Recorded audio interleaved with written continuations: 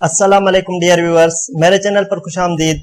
आज की इस वीडियो में हम एसपीएससी की जानिब से जो अकाउंटेंट का क्वेश्चन पेपर सोल्व किया दिया गया था, अकाउंटेंट वो सोल्व करेंगे ताकि आपको पता चल सके कि आपका स्कोर कितना है। तो ये क्वेश्चन पेपर टाइप सी है, उस हिसाब से हम चलेंगे।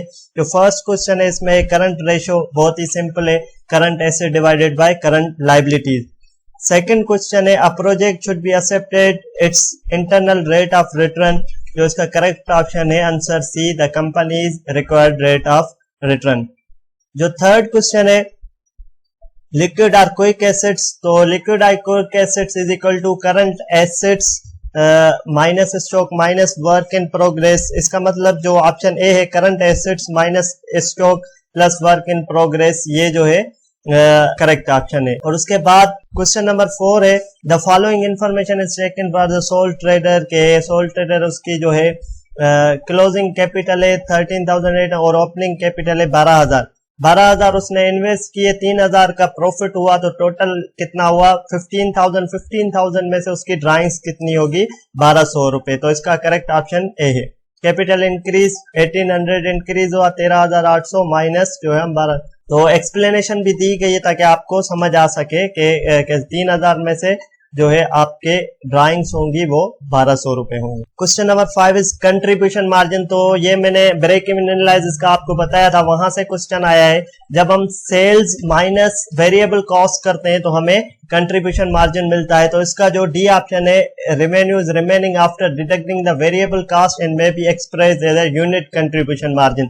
तो हम उसको यूनिट कंट्रीब्यूशन भी मार्जिन भी कहते हैं। जब हम सेल्स माइनस वेरिएबल कॉस्ट करते हैं तो हमें पर यूनिट जो है वो कंट्रीब्यूशन मार्जिन मिलता है। क्वेश्चन नंबर 6 है, मैन्युफैक्चरर बाय द मशीन। अब वो मशीन बाय करता है, इसका जो है ऑप्शन वैल्यूज 20,000 उसकी वैल्यू है और 10,000 उसकी स्क्रैप वैल्यू है। तो डेप्रिसिएशन चार्ज करनी है हमें उसकी यूजफुल लाइफ में, तो 20,000 माइनस 10,000 स्ट्रेट लाइन मेथड का ये होता है। तो इसकी जो करेक्ट ऑप्शन है वो 20% है। जो नेक्स्ट क्वेश्चन है वो है कि फॉलोइंग इन्फॉर्मेशन इज अवेलेबल। आपको इन्फॉर्मेशन अवेलेबल है और इसको अब में से आपको ओपनिंग स्टॉक मालूम करना है। Cost of goods sold is equal to opening stock plus purchases plus freight inward minus closing stock. तो ओपनिंग स्टॉक जब हम मालूम cost of goods sold minus purchases minus freight inward plus closing stock, तो हमारे पास क्या होगा 15,000। Answer इसका ऑप्शन ए करेक्ट है। क्वेश्चन नंबर 8 है कि जब हमारे पास ज्यादा प्राइस फ्लक्चुएशन होती है तो हम वेटेड एवरेज जो है वो यूज करते हैं। Question number 8। क्वेश्चन नंबर 9 है एंटोनिम ऑफ, तो इसका ए है आंसर सारोज। क्वेश्चन नंबर 10 था, the measure of how efficiency the asset resource are employed by the firm is called. तो इसका जो है एक्टिविटी रेशियो आ रहा है आंसर। क्वेश्चन नंबर 11 है, suppose Austin has a sales of 3 lakh and sales return is 45,000, cost of 152,000।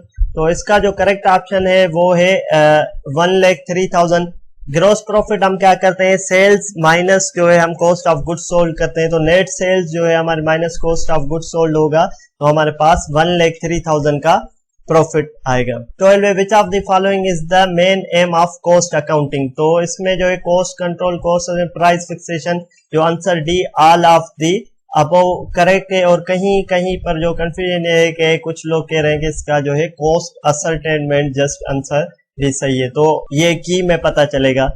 Question number 13 है, if the partners do not have any agreement how should profit और loss should be. तो इसका answer ए है equally. Question number 11 है और उसका जो answer है बी है। क्वेश्चन नंबर 15 है, कैडेवर मींस, आंसर इसकी है डेड बॉडी 15। क्वेश्चन नंबर 16 है, which of the following voucher is used to record transaction that do not affect the bank and cash। तो इसका आंसर डी है। अब नेक्स्ट क्वेश्चन है, which intangible asset record only। तो goodwill जो होता है वही जो है एक्विजिशन ऑफ अनदर कंपनी, ये एक इंटेंजिबल एसेट है।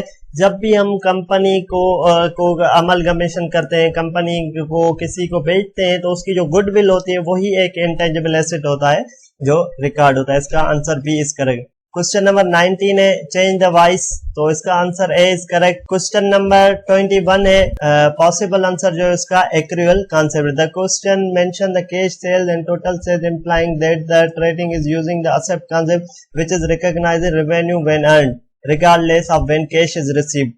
तो इसका जो आपका 21 क्वेश्चन है उसमें ये हमें कह रहा है कि trader made a sales of 75,000 और उसके पास जो है at the end account receivable जो है 25,500 था। तो उसमें जो करेक्ट ऑप्शन है वो आपका एक्रूअल बेस्ड कॉन्सेप्ट है।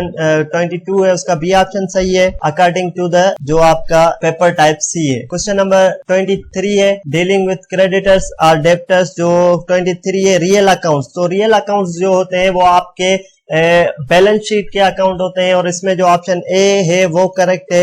Dealing with credit, dealing in the commodities नहीं, गेन एंड लॉसेस जो है वो आपके नॉमिनल अकाउंट्स हैं। गेन एंड लॉसेस जो है वो आपके नॉमिनल अकाउंट्स के हैं, तो इसलिए जो ए है। 24 है the liability debt are paid more than 1 year. आपको पता है कि जिन जो भी लाइबिलिटीज मोर देन 1 ईयर उसको हम फिक्स लाइबिलिटीज कहते हैं और जो लाइबिलिटीज हम विद इन अ ईयर पे कर दें उनको हम करंट लाइबिलिटीज कहते हैं।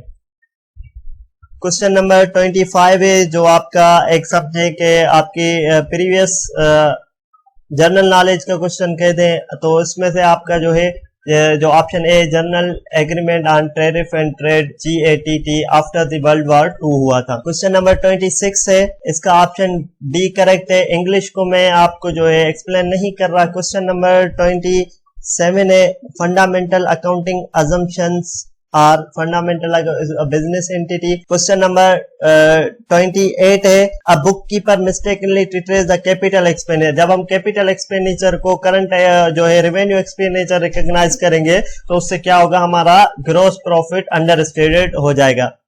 क्वेश्चन नंबर 29 है capital is equal to assets minus liabilities. जो आपको बताया गया है question number 29 which of the following is correct.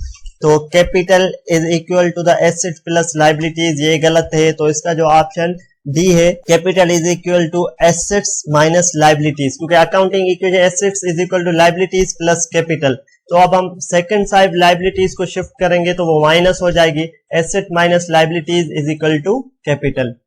Question number 30 है इसमें जो करेक्ट ऑप्शन है वो 12। क्वेश्चन नंबर जो 32 है वो है IAASB।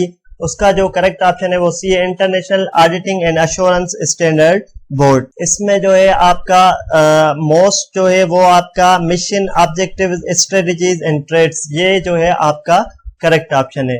क्वेश्चन नंबर जो 34 है अकॉर्डिंग टू सी उसका ए सही है लाइक। क्वेश्चन नंबर जो 35 है identify which is wrong. Real account जो है वो है क्रेडिट व्हाट कम्स इन, ये जो है आपका रॉन्ग है क्योंकि रियल अकाउंट्स जो है वो उसका जो करेक्ट है। रियल अकाउंट में एसेट जब इंक्रीज होता है तो वो डेबिट होता है, तो इसलिए जो क्रेडिट व्हाट कम्स इन ये जो इसमें ऑप्शन था ये रॉन्ग था। क्वेश्चन नंबर 36 है dear money is used to. तो ऑप्शन बी इसका करेक्ट है हाई रेट ऑफ इंटरेस्ट।